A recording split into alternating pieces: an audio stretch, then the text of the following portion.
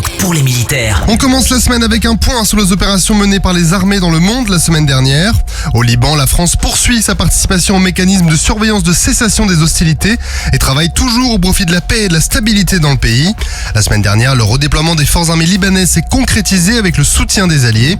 De plus, les soldats français intégrés à la Force Commander Reserve de la Force intérimaire des Nations Unies au Liban ont mené l'opération Blue Cedar 2 avec une vingtaine de patrouilles dans la zone d'opération.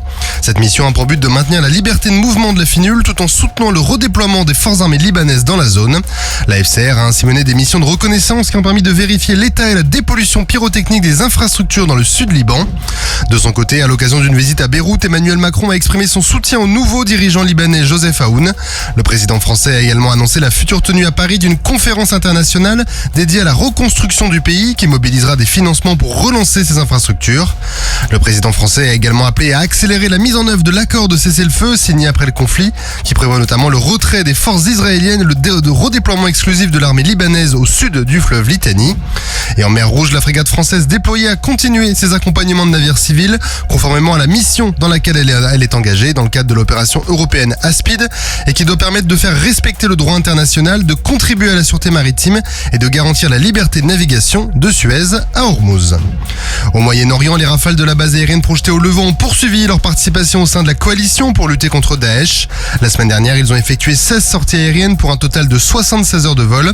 Ils ont également réalisé une mission d'entraînement de défense aérienne avec les forces irakiennes.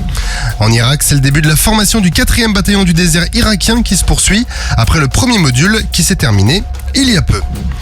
Du côté de l'Afrique et du Gabon d'abord, les activités de coopération opérationnelle se poursuivent. Un entraînement dans le domaine des troupes aéroportées a ainsi été mené entre les troupes aéroportées des forces armées gabonaises et les militaires français du détachement de liaison interarmées.